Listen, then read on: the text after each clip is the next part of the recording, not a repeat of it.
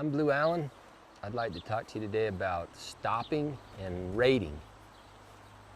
Stop and rate go hand in hand.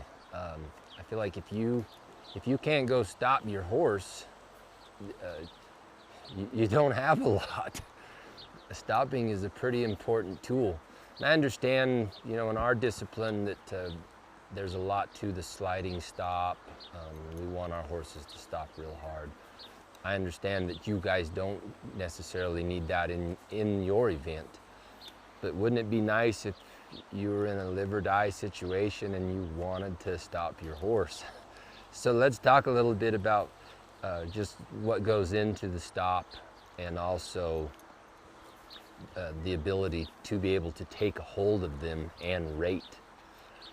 Again, to get the stop, I remember Don Murphy told me one time, he said, you want your horse to stop? Stop him. It's that simple. When you want to stop, pull to stop. But what we do in that is in the very beginning stages, when we start to teach our horse to stop, is that when we do take a hold of them, we let them either run through our hands or learn to push on our hands and leave.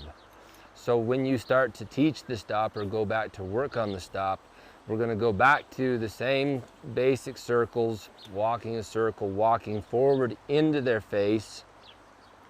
And I want it to be a little bit like a bike.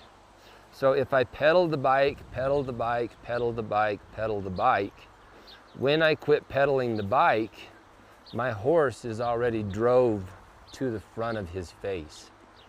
Now I understand that this is all relatively slow, but if we can't do it at a walk or a jog, there's no sense in trying to try it at a full-blown lope or a gallop.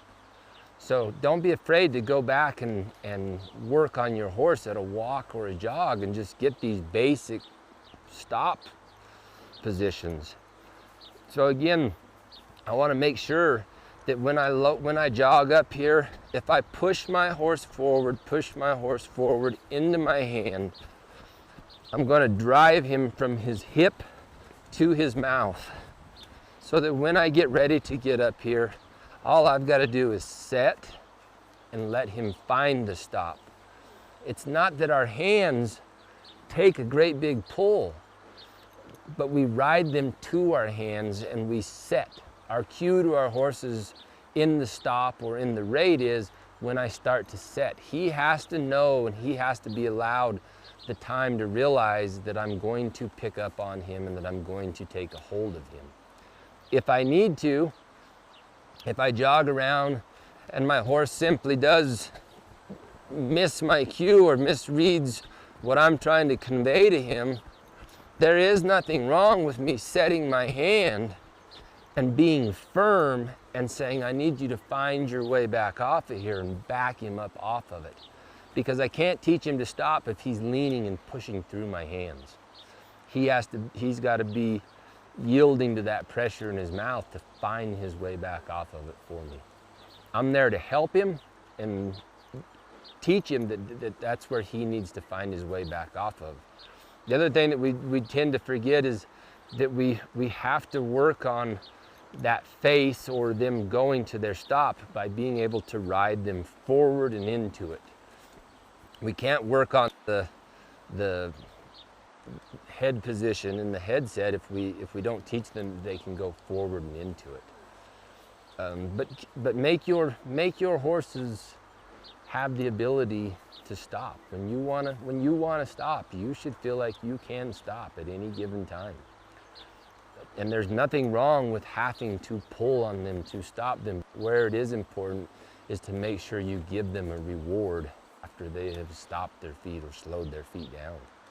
If we miss the opportunity to give them the reward, it gives them no reason or no incentive to stop the next time.